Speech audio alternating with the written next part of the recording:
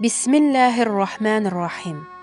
وَالَّذِينَ يَقُولُونَ رَبَّنَا هَبْ لَنَا مِنْ أَزْوَاجِنَا وَذُرِّيَّاتِنَا قُرَّةَ أَعْيُنٍ وَاجْعَلْنَا لِلْمُتَّقِينَ إِمَامًا.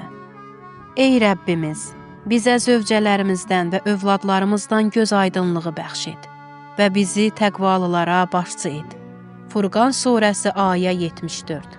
Adı Usta Həbib idi. O, Dəmğanın ən yaxşı memarlarından biri sayılırdı. İşi möhtəşəm idi. Ən çətin işlərin öhdəsindən yalnız o gələ bilirdi. Mərkəzi məscidin təmiri və hündür minarələrinin bərpası onun işi idi. Hətta onu ətraf şəhərlərə və Tehrana da iş üçün dəvət edirdilər. Lakin Hacı Həbibullah Turabinin xüsusiyyətləri təkcə memarlıqla məhdudlaşmırdı. Gənclik illərində bir müddət dini elmlər oxumaq üçün hövzəyə daxil olmuşdu.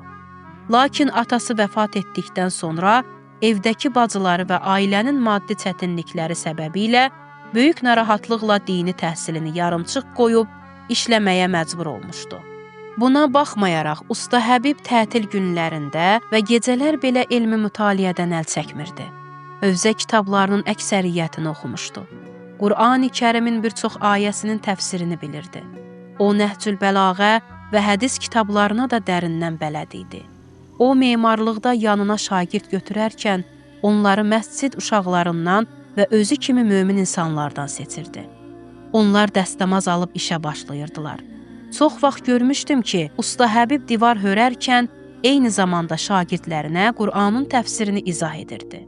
Hətta Dəmğanın bəzi alimləri onunla mənəvi toplantılar keçirirdilər. Bir dəfə belə bir toplantıda bir alim çıxış edirdi və bir Qur'an ayəsini unutdu. O, cəmaatdan soruşdu. Orada bir çox alim vardı, lakin heç kim həmin ayəni xatırlamadı. Birdən iclasın arxa tərəfindən bir nəfər ayəni oxudu. Alim soruşdu. Bu şəxs kimdir ki, bu qədər çətin ayəni əzbər bilir? Dedilər, Usta Həbibdir, memardır.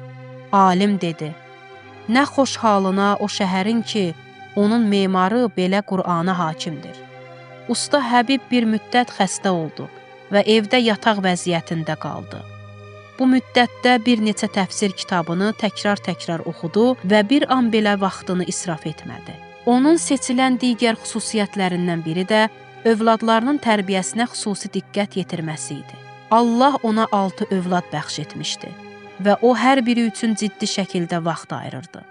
Övladlarını özü ilə məscidə və dini məclislərə aparır, onlara ilahi hökmləri izah edir, səbəblərini başa salırdı. Uşaqlarını hədiyyə alanda belə mütləq tərbiyəvi məqsəd güdürdü. Uşaqların dini və əxlaqi məsələlərə diqqət yetirdiyini görəndə çox sevinirdi. Hacı övladları ilə dost idi. Hətta bəzən bacıları və digər qohumları üçün də vaxt ayırırdı ki, yanlış yola getməsinlər. Deyirdi, məktəb elm öyrənmək üçün yaxşıdır, amma tərbiyə atanın və ananın üzərinə düşür. Həmişə bu Qur'ani duanı oxuyardı. Ey Rəbbim, ailəmizi möminlər üçün bir nümunə et. Deyirdi, rəvayətlərdə bildirilir ki, evli şəxsin namazı subayın namazından 70 qat artıq savab gətirir. Bu ailənin nə qədər müqəddəs və əhəmiyyətli olduğunu göstərir. Qədimdən belə bir deyim var idi. Allah ailə qurmaq üçün lazım olan ruzini təmin edər. Bu səbəblə hacı yaxınlarının ailə qurmasına da xüsusi diqqət yetirirdi. O, İslam inqilabının qələbəsi üçün çox çalışmışdı. Müharibə başlayanda isə cəbhəyə yollanan ilk könüllülərdən biri oldu. Cəbhədə döyüşçülər onun iman və təqvasına şahid oldular.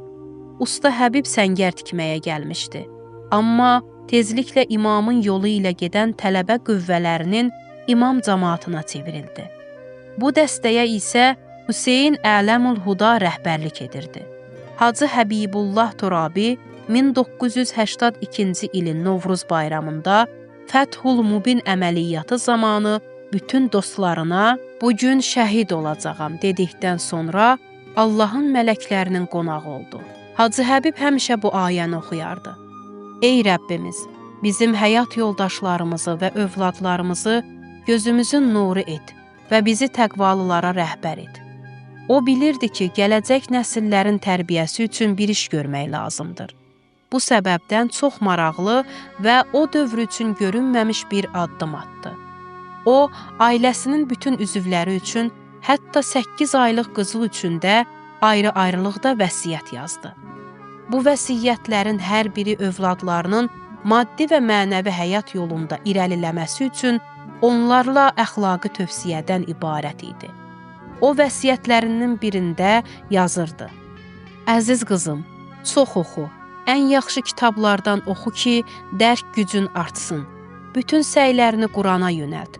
Onu əzbərlə və əməli proqram kimi həyata keçir ki, dünya və axirətdə izzət və şərəf qazanasan. Uşaqlardan bir an belə qafil olma.